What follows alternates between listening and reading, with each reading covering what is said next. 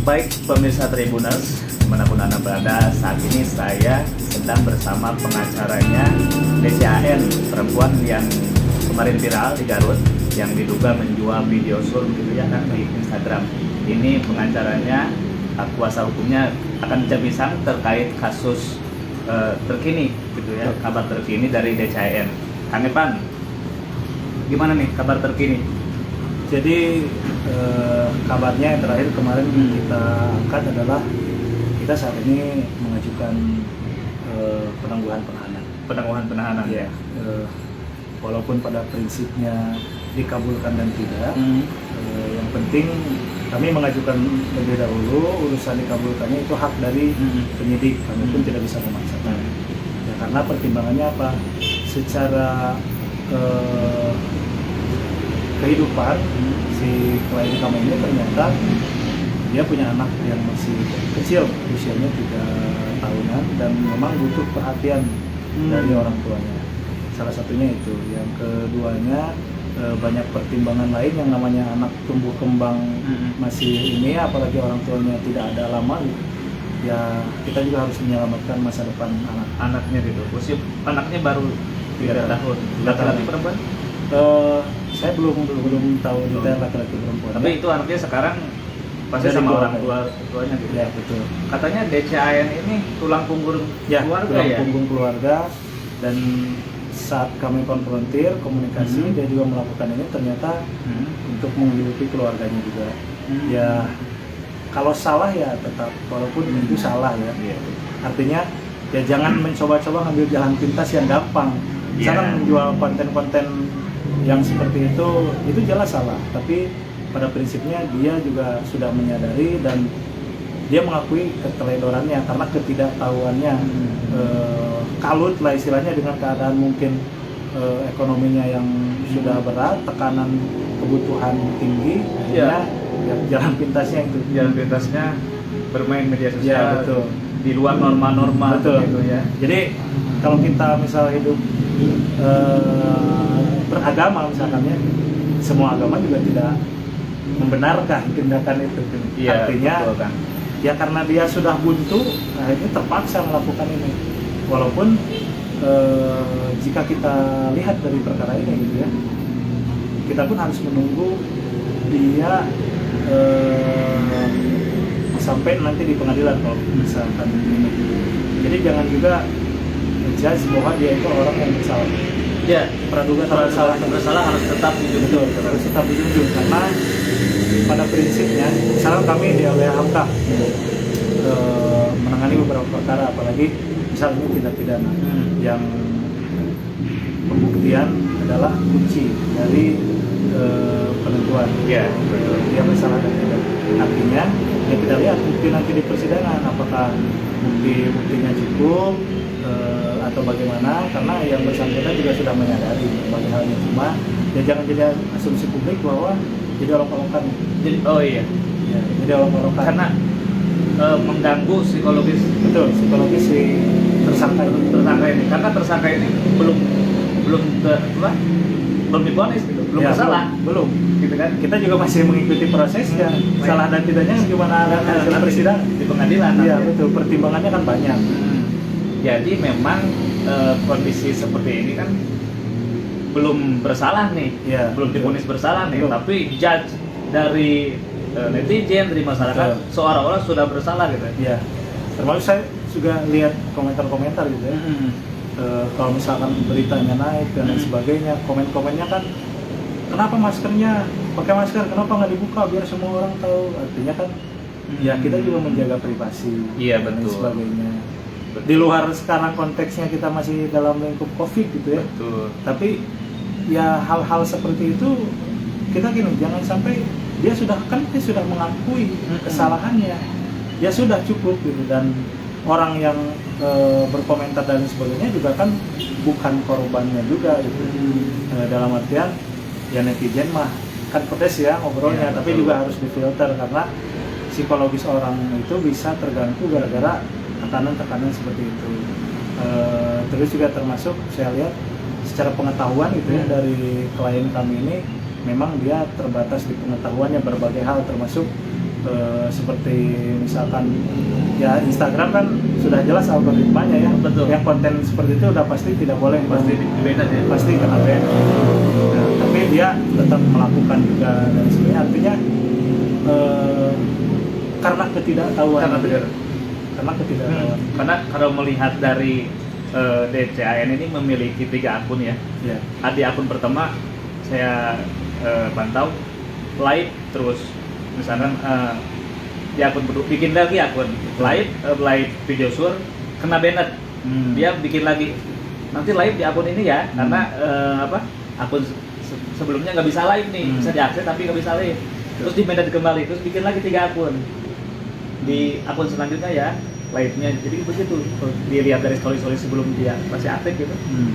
Berarti ada ketidaktahuan Ya, dari betul.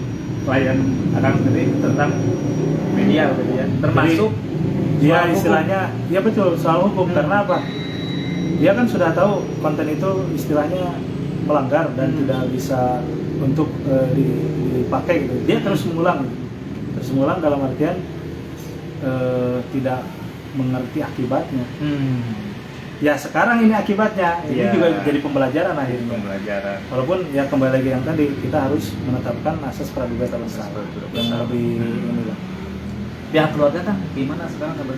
Ya dari keluarganya juga saat didampingi oleh kami, kita juga sempat bertemu ya di Polres, di tim kami gitu ya. Saat itu saya belum masuk, tapi informasinya adalah dari tim RBHK, keluarganya juga yang mengikuti proses ini. Artinya apapun mungkinnya yang disajikan nanti oleh tim penyidik, kita juga ingin semua yang disajikan adalah apa adanya, terang benderang gitu. Kalaupun nanti ada beberapa pembelaan, yaitu porsi kami dan klien akan sesuai dengan porsinya. Gitu. Kan kalau dilihat-lihat nih dari postingan DCAN ini, Ya. Beliau menawarkan sejumlah video. Nah, itu banyak yang masuk tuh dari hasil pemeriksaan polisi ya, ratusan itu penghasilnya puluhan juta katanya. Tapi baru dugaan itu kan, belum terbukti kan? Belum terbukti karena DCAN ini melihat mengiklankan jual konten itu sesekali kan. Jadi tidak terus. Jual bedakan dengan akun-akun lain kan. Betul. Tiap story itu, tiap reel tuh menawarkan. DCAN ini memang kalau yang story terus menerus, dia story kan dia afiliator judi online begitu ya. Oke. Itu kan fakta dari kepolisian bahwa dia dibayar oleh salah satu bandar online buat promosi buat link gitu. Jadi nanti dia dapat keuntungan dari link itu. Tapi untuk menawarkan konten ini sesekali aja kan. Jadi sebetulnya profesinya bukan pokoknya di sana. Yang saya dengar juga yang klien kami ini adalah selebgram. Kalau saya pandang sebetulnya belum jadi seleb amat karena pengikutnya juga tidak terlalu begitu banyak. Artinya hanya segmented masyarakat tertentu. Karena tadi juga sudah dijelaskan ya sama Kang, dia bikin beberapa akun, artinya pengikut yang sebelumnya ikut lagi ke akun ini, jadi belum terlalu inilah meluas ke luar. Ya, hanya orang-orang tertentu. Hanya orang-orang tertentu aja yang menikmati itu kontennya itu. Terus ketika saya pantau juga memang nggak saya juga akun saya nggak bisa masuk karena di lock gitu kan. Ya sekarang dikunci, artinya orang yang di luar tidak di fallback sama dia, bukan di fallback, tidak di ACC, berarti nggak bisa lihat konten. Artinya privat ya. Privat. Walaupun akun publik gitu. Akun publik Instagram gitu. Tapi saya punya teman yang udah di ACC sama dia, dilihat gitu, oh ternyata aktivitasnya begini gitu. Tapi kondisi psikis DCAN ini sekarang gimana? Ya yang kami lihat saat ini dia juga ada trauma, ada masalah trauma. Dalam artian ya sepertinya ini juga perlu penanganan dari berbagai pihak. Ya misalkan ada Komnas Perempuan atau kalau di Garut P2 dan lain sebagainya, karena butuh juga semacam trauma healing dan lain sebagainya untuk memulihkan pikirannya. Betul. Karena begini, dia melakukan hal itu juga mungkin di luar prediksinya dia akan seperti ini. Nah, ketika sudah terjadi dia shock gitu ya. Apalagi dia seorang ibu gitu akan berpengaruh besar ketika dia pun nanti mengurus anak dan sebagainya. Artinya butuh trauma healingnya juga. Jadi harus dipulihkan juga kondisinya. Karena sudah betul-betul menyadari kesalahannya dan dia juga saat diperiksa di kepolisian tidak menghalang-halang dan sebagainya, tidak berkelit ya. Ini ya sudah. Oke, siap. Ada yang ingin disampaikan kan ke netizen nih? Ya, untuk masyarakat terutama di Kabupaten Garut ya, karena ini lagi ramai di Kabupaten Garut. Pada intinya kita akan terus juga memantau perkara ini supaya terang benderang. Tapi kembali lagi, asumsi jangan dibangun ataupun sampai malah menyampaikan berita hoax tentang perkara ini. Jadi kita serahkan sepenuhnya pada penyidik. Hasilnya bagaimana, gimana hasil dari nanti penyidikan. Kalaupun nanti di persidangan, karena ini sifatnya penunjukan, kami dalam pendampingan, kami menyerahkan juga sepenuhnya. Apakah nanti ketika sidang kami lagi yang ditunjuk, walaupun kami saat ini juga bekerja sama dengan pengadilan, Posbakum ya, Pengadilan Negeri Garut oleh LBH Hamka. Biasanya kalau tidak ada pengacara yang mendampingi, tim LBH yang mendampingi ya, bisa saya, bisa juga nanti yang lain pada saatnya persidangan begitu. Jadi ya untuk hari ini sampai dengan selesai ini ya hak kami, karena kami sudah ditunjuk untuk mendampingi klien kami ini. Terus untuk ini kan belum P21 ya? Belum, masih. Kira-kira kapan nih? Kita nunggu hasil terakhir dari penyidik aja. Kalau misalkan nanti sudah ada laporan ini akan berlanjut ya, kita juga akan mendampingi lanjut dari kejaksaan. Oh iya. Tinggal nanti persidangan mungkin ya. Ya, pemeriksaan saksi gitu. Ini juga harus jadi pembelajaran bagi semua ya. Iya, betul. Yang nonton nih udah tahu kayak gini, tiba-tiba misalnya suka ada yang iseng kan, tiba-tiba malah nge-DM. Iya, dia kan kayak tadi misal dari apa? Rilis di Polres kan disampaikan bahwa banyak ratusan direct message. Iya, ratusan. Nanti kalau kalian dibuka kan jadi malu ya. Kayak yang sebelumnya kan kejadian yang pernah ramai itu sampai artis-artis dimention kan, walaupun itu juga seharusnya ya privasi gitu ya. Privasi lah. Ya kalau sudah ke publik mah mau bagaimana, makanya jangan coba-coba. Nanti namanya keluar di pengadilan. Ya. Ada akun kamu nanti yang keluar. Iya.